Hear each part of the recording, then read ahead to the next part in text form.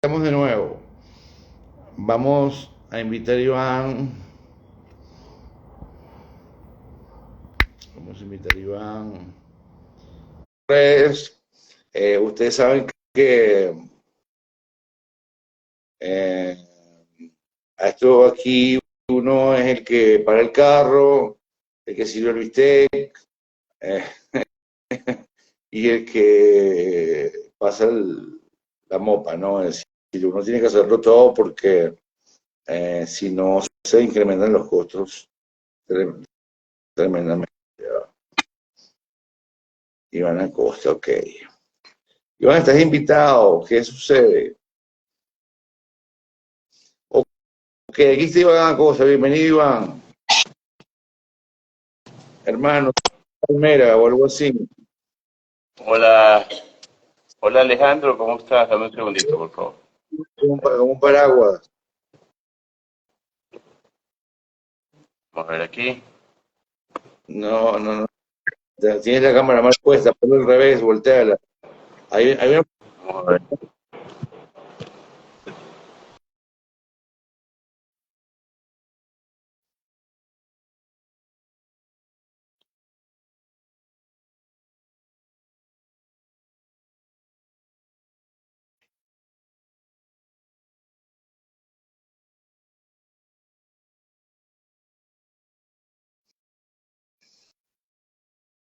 Ya.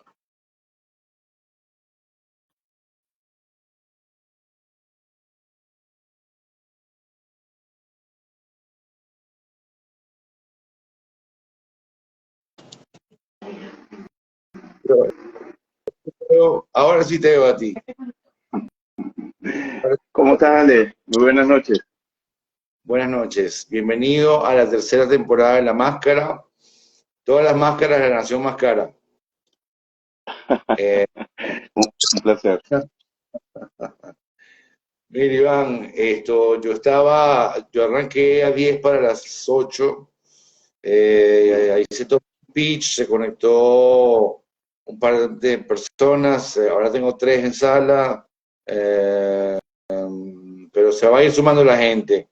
Bueno, yo les presentaba a los que no me, a los que, porque tuve que cortar y hacer otro live para poder conectar con Iván.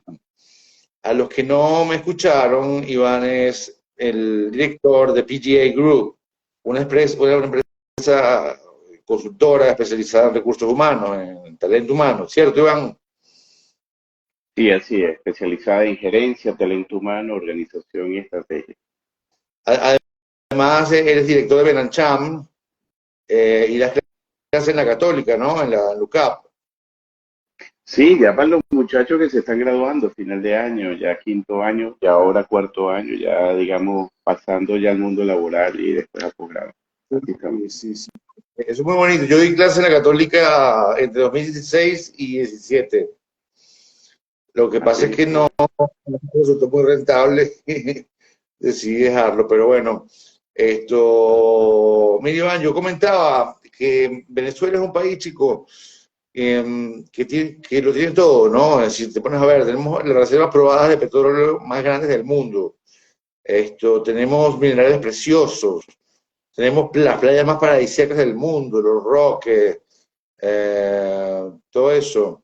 Tenemos el relieve del Catatumbo, tenemos eh, llano, tenemos tepuyes, tenemos nieve en los páramos andinos, en fin, y una posición geoestratégica maravillosa que fue utilizada por años por la Cuarta República para hacer como una especie de hub comercial, ¿no? De las Américas, ¿no? correcto. Ahora, yo decía que lo más importante, sin embargo, que yo pondría por encima de todo eso es nuestra gente, ¿no? El inmenso capital humano que tenemos, es decir, somos la patria de Gallegos, de Cruz Diez, de Vitico Avalillo, de ese genio de la salsa que es Oscar de León, ese genio del jazz que es Aldemar Romero, Doris Wells, esa gran actriz, Cabrujas, y de los vivos te puedo mencionar a Jorge Glem, te puedo mencionar al maestro Dudamel, en fin, gente como Héctor Manrique, por ejemplo, que es un monstruo de la actuación, es decir, yo diría que Dios nos dio más talento que recursos naturales, o al menos nos dio 50-50, ¿no? Ujú. Entonces, la cosa es cómo gerenciar, es decir, primeramente, es decir, porque tú estás dando clases en la universidad y estás en contacto con los chamos que se están formando, ¿no? Y por ahí comienza, ¿no? Todas estas redes como LinkedIn, y etcétera, etcétera, ¿no? Entonces, vamos a comenzar el proceso de captación, es decir, eh, ¿cuáles son las claves para hacer un buen proceso de selección de un empleado, bien sea un operario o un gerente de marketing o un soldado raso, un consultor raso? Es decir, porque imagino que no varía, deben haber como matrices universales, ¿no? Mira, no, para que un proceso de selección, primero gracias por la invitación, Ale, de verdad que lo agradezco mucho. Encantadísimo. Respeto mucho tu trabajo y sobre todo Gracias. que, bueno, como me apasiona hablar de estos temas, estos escenarios son chéveres, sobre todo que son un poquito más ligeros, son más abiertos en términos de poder expresar las ideas de una forma más completa y más profunda. Sí. ¿Qué es lo importante de un proceso de selección? Normalmente uno cree que el problema de los procesos de selección está fuera, en disponibilidad de talento, en donde busco la fuente, digamos, primaria de personas con ciertas capacidades. Pero probablemente el problema más delicado tiene que ver con el perfilamiento interno, entender exactamente qué habilidad, qué capacidad, qué actitud o qué combinación de esos elementos estoy buscando. Porque normalmente uno cree que eso es así de sencillo. No es que busco un obrero, un operario, un gerente. No, no. Tú a veces necesitas un obrero con unas capacidades básicas, pero probablemente con unas características, unas condiciones, unos elementos que incluso hagan fit con tu cultura, hagan fit con el momento que está viviendo tu compañía, hagan fit con el grupo que en ese momento probablemente es un grupo que está en desarrollo, o a lo mejor está maduro, o a lo mejor no está maduro. Entonces, lo primero que yo siempre recomiendo es tener claridad en qué quiero. Y Ok. eso que quiero hay que expresarlo, hay que documentarlo, hay que escribirlo, incluso Ponerlo, hay que validarlo. ¿Digo? ponerlo en blanco y negro, digamos, es decir, quiero un tipo que tenga tal. No, no, y particularmente tú dices, yo quiero una persona que tenga tales y tales características, que haya tenido una experiencia de tal tipo, que haya demostrado haber hecho tal cosa, que de alguna manera me muestre a mí que ha tenido, por ejemplo, la capacidad de manejar grupos pequeños, que ha sido capaz de armar un departamento, que ha podido normarlo, que ha tenido experiencia probablemente regulando, controlando, expandiendo, creciendo, aprendiendo, es decir, tienes que tener claro qué es lo que quieres, porque mira, ¿cuál es el gran problema? Y eso, ojo, es un tema generalizado en materia de talento. Qué difícil es para las compañías definir, clarificar, detallar y ser de alguna manera explícito en lo que es sus necesidades y las características. Desde ahí, si el problema desde ahí inicia mal, te aseguro que termina mal. Por lo tanto, todo esfuerzo en optimizar lo que son las características del talento a efectos internos son valiosos. Luego viene la fuente. Ajá, ¿dónde los busco? Claro. ¿Dónde los ubico? ¿Dónde los consigo? ¿Dónde están? ¿Cómo están? ¿Están ocupados, desocupados, en desarrollo? ¿Dónde los ubico? Entonces, bueno, ahí empieza un poquito todo el proceso. Ok, pero vamos a suponer que lo seleccionaste bien. Ujú, Vamos a poner el caso. Yo quería un gerente de mercadeo y ventas y lo seleccioné y di en el clavo. La ujú. inducción gerente, es decir, ¿cómo debe hacerse? Porque tú tienes Mira, que a ver, claro que el gerente te va a llegar con unos skills y unas capacidades ya aprendidas, ¿no? Pero entra, quizás viene de Coca-Cola y pasa por decirte algo, Ferretería Jepa. Entonces, son como dos negocios totalmente distintos y es posible que tengas que explicarle tecnologías nuevas, le- eh, psicologías organizacionales distintas, ¿no? Mm. Mira, la clave de un proceso de onboarding exitoso o de, digamos, inducción exitoso pasa por tres Ah, elementos fundamentales. Primero, entender de que eso no es un día, es un proceso. claro, Es decir, es un conjunto de etapas, de actividades, de acciones que de alguna manera te llevan a mejor puerto. Pues, ¿qué es lo que te interesa a ti? Que esa persona en el menor tiempo posible logre los mayores resultados posibles. Tú lo que quieres es claro, achocar el tiempo y que ese proceso de incorporación sistémico, de unir una persona en un sistema, sea lo menos, digamos, costoso, complejo y sea de alguna manera fluido. Entonces, ¿qué tienes que estar tú atento? O pendiente o gobernar el proceso de inducción de una persona. Primero que la persona sepa quién es quién ahí. O sea, todo el tema, el entramado, el networking, mira, dónde se ve, quién tiene el café, quién firma las órdenes, quién de alguna manera maneja tal el presupuesto, tú primero tienes que habilitar a la persona en términos de conocer a los interlocutores, su ubicación, su rol, su responsabilidad. Entonces eso toma tiempo. Y es, ojo, eso no se presenta paseándolo un día por el país, en los pasillos. Mira, te presento a Alejandro por todos lados. No, no, no. Es un proceso. Lo otro que tienes que enseñarle a la persona es cómo se hacen las cosas aquí, normativamente. Mira, aquí la cosa, aquí está el manual A, el manual B, el manual C, el manual D, porque de alguna manera la persona puede, ajá, de ahora alguna por manera la persona puede tener el conocimiento, pero las cosas en esa empresa, en Coca-Cola, Pepsi-Cola, la que tú quieras, se hacen las cosas de una forma.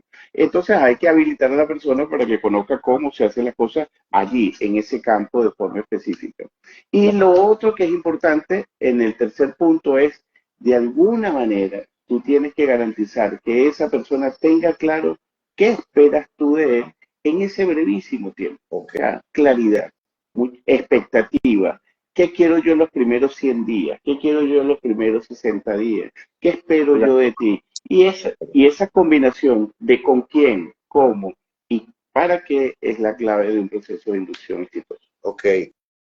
Ahora, Iván, vamos a tratar de escalar un poquito la película, 6 meses, un año y medio. Ya el empleado se echó a andar, bueno, fue agarrando fuerza, se fue tomando dominio del cargo. El proceso de métrica, o sea, de evaluación y de, digamos, accountability, es decir, de rendición de cuentas, es decir, por parte del empleado. Pongamos ahora, por ejemplo, un gerente general. Ujú. El presidente de la empresa y la junta directiva tendrán que ver hacia abajo y decir, bueno, este gerente general, esto ya tiene año y medio, 2 años con nosotros, no está funcionando, la rentabilidad ha crecido, ha decrecido, ¿me entiendes? O sea, ¿cómo funciona eso? Mira, normalmente las empresas tienen su configurado, lo que nosotros llamamos su mecanismo, su sistema de Ok, gestión empresarial, o sea, cómo se gestiona este negocio. Ese proceso de gestión tiene un capítulo que se orienta hacia lo que es la orientación, la dirección, a lo que es la gestión, la administración, proyectos, objetivos, prioridades, decisiones y eso normalmente se documenta en planes estratégicos, en ciertos KPI. Ahorita se habla mucho de KPIs como indicadores que eventualmente van midiendo cómo va el negocio. Y hoy por hoy en ok, el mundo moderno se habla de lo que son los OKRs, que son los objetivos específicos o que de alguna manera de mejora, de cambio, de evolución que las compañías se proponen también se establece. Entonces, bueno, eso se pone en un mapa, digamos, de entender qué es lo que yo espero, cómo lo voy a medir y qué es lo que pienso lograr y se va midiendo. Lo más importante de esas cosas, Alejandro, y aquí aprovechando que son las 8 de la noche y la confianza que dan estas cosas, más allá de la métrica, más allá de la inducción, más allá del perfil, más allá del rol y de broma, lo que no se puede es haber sorpresa. sea, lo que tú no puedes esperar es que tú te enteras mañana, oye, que tu jefe no está de acuerdo cómo van las cosas. La continuidad, la cercanía, la apertura comunicacional, la conexión, el involucramiento, el bond que tiene que crearse entre manager y líder o líder manager o colaborador, como tú quieras, es importantísimo porque en el fondo, ¿qué es lo que tú quieres? Que la cuestión funcione, no buscar un culpable, no, tú quieres que la cosa se dé. Entonces, la cercanía con cosas claras es fundamental para que al final el proceso termine con eso. Eh, y aquí me imagino que en este proceso que me mencionabas ahora, la gerencia de comunicaciones internas juega un papel crucial, ¿no? Bueno, sí, lo que pasa es que la parte de la comunicación interna se puede ver desde el punto formal, digamos, con institución, colaboradores o entes que están externos, pero la comunicación como valor, como método, como código, como cultura, como de alguna manera herramienta potenciadora de cosas, de decisión, de entendimiento, de información. Mira, realmente yo no sé, probablemente sí lo hay, coeficientes o índices que midan tu madurez o tu nivel o tu calidad comunicacional, pero más allá que la Sí. comunicación formal, es coño cuando las personas son claras a la hora de hacer requerimientos, a la hora de hacer planteamientos, a la hora de vender una idea, a la hora de hacer una solicitud, a la hora de dar un feedback, a la hora de alguna manera corregir un error, a la hora de alguna manera plantear un escenario. Es decir, si nosotros tenemos la capacidad de comunicar fielmente o de una manera eficaz lo que son nuestros temas digamos, relacionales en las compañías, mira, el desperdicio disminuye, el tiempo se mejora y al final las cosas cuadran un poquito mejor. Entonces, no solo la comunicación como unidad o como tema formal, sino la comunicación como herramienta de gestión y de mejora. Eso es fundamental. Okay. Fíjate, Iván, ahora me pones a pensar eh, en la revolución industrial, ¿no? Uh -huh, Cuando surge la encíclica Rerum Novarum y nace uh el -huh, socialcristianismo, ¿no? uh -huh, Eh, y a la par aparece Marx y plantea todo lo que plantea sobre la elección y el lumpen del proletariado, etcétera, etcétera, ¿no? uh -huh. Esto, ese momento, ¿verdad? Pero ahora que todo es más horizontal, que pasamos por la revolución hippie, ¿no? Es decir, esto, por los años 60, los Beatles, los Rollings, todo eso, y estamos llegando a pasamos por la revolución de Internet, el crack de las .com, etcétera, etcétera. Uh -huh. Tenemos hoy, a esta hora, la revolución de la inteligencia artificial, ¿no? Entonces, te he mantenido hasta ahora en la entrevista pensando en un empleado. Ahora te pido que pienses en una empresa, Uh ¿ok? -huh. Y cómo tú pones a alinear, cómo alineas al personal con los procesos que van a ser regidos por inteligencia artificial. Yo estaba viendo que Mark Zuckerberg dijo que se iban a ahorrar no sé cuántos miles de dólares en programadores con la inteligencia artificial, ¿no? Entonces, esto... Mira, ¿cómo nosotros vemos el fenómeno de la inteligencia artificial? Ah, Este, Primero, es inimaginable el futuro ajá, ahora. Es como tú no te puedes imaginar el mundo sin la electricidad, por ejemplo. Tú dices, mira, se acabó. Tú no te vas a poder imaginar el mundo sin internet. Tú dices, mira, no es posible.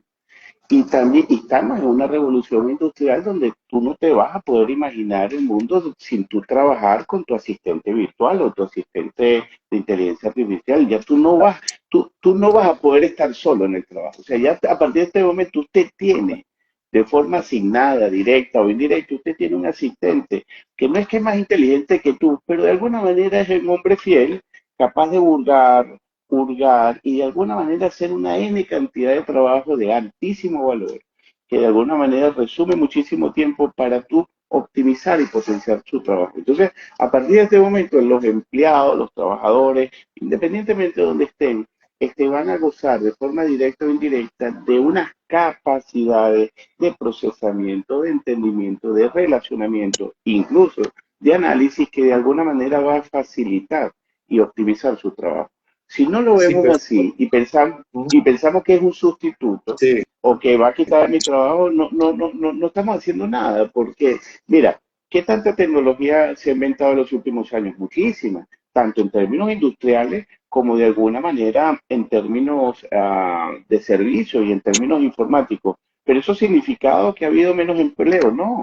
Las fuerzas de trabajo se mueven hacia los sectores que van emergiendo, ahí las tecnologías van dominando unos espacios, pero la fuerza de trabajo se va yendo a otros sectores donde hay necesidades de los atributos que el humano puede dar. Realmente esto no se puede ver como una amenaza a la fuerza de trabajo. Lo que hay que entender es que esto va a ser un componente tal como lo fue el celular en su momento, tal como lo fue internet. de alguna manera Internet, tal como lo fueron muchas cosas. Coño, antes la gente, pues, yo sé que aquí no se puede decir grosería y no voy a decir ni una más, pero es como la gente, antes había gente que trabajaba quemando carbón para dar energía a plantas y tal. Bueno, llegó la electricidad. ¿Y qué pasó con esa gente? Bueno, empezó a hacer otra cosa. Se fueron a hacer carpinteros, fueron a atender el turismo, fueron a ser manufactureros, fueron a hacer, entonces todo eso va migrando. Entonces, la amenaza no, la inteligencia artificial, más que quitar empleo, va a generar mucho más empleo, porque cada vez la gente va a necesitar más servicios, más humanos, inteligentes, usando la inteligencia artificial. Bueno, hemos hecho más de media hora y te voy a hacer un par de preguntas finales, ¿ok? Te voy a Adelante. pedir que le des a nuestra audiencia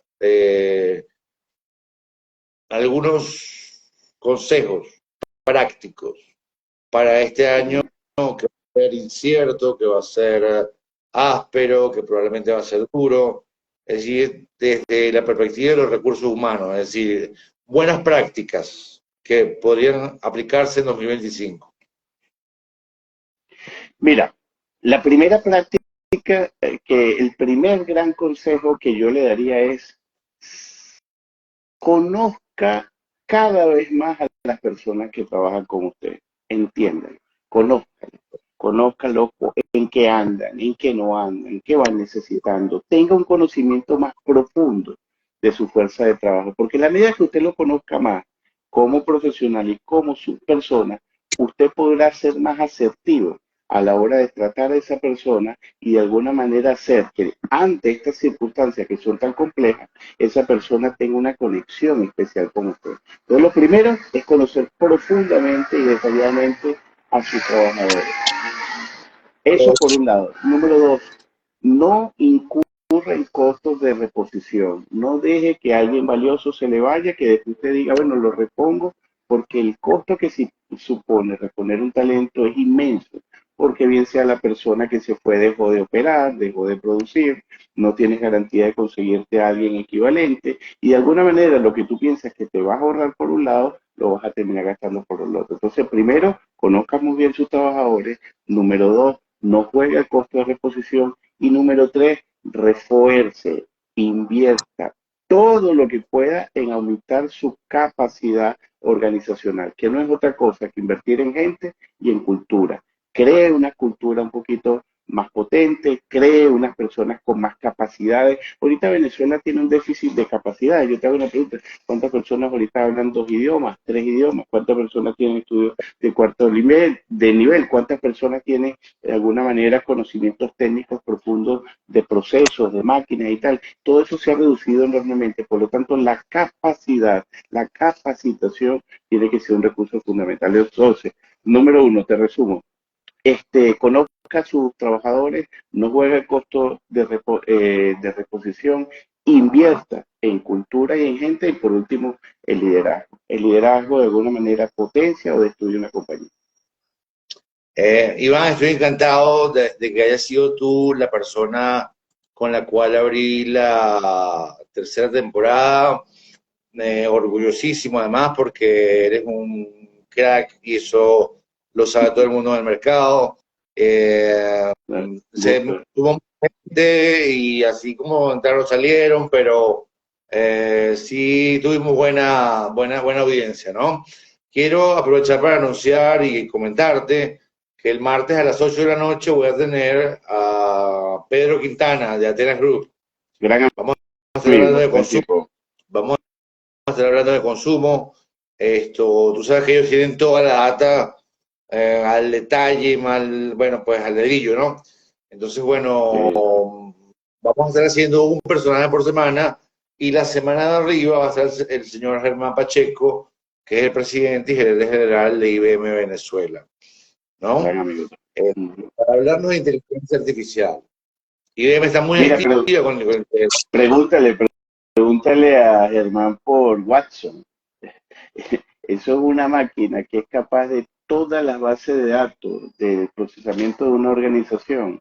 Tiene un nivel de causal efecto tal de que si, por ejemplo, tú dices, bueno, no logré tener un SKU en tal lugar, en tal broma, la broma te conecta desde ese dato final que no está allí hasta el origen en producción, en la planificación de producción. Esa máquina es capaz de analizar eso. Ese es Watson, pregúntaselo a Germán cuando lo veas y mándale saludos. Con mucho gusto. ¿Cómo se llama? ¿La Watson, bueno,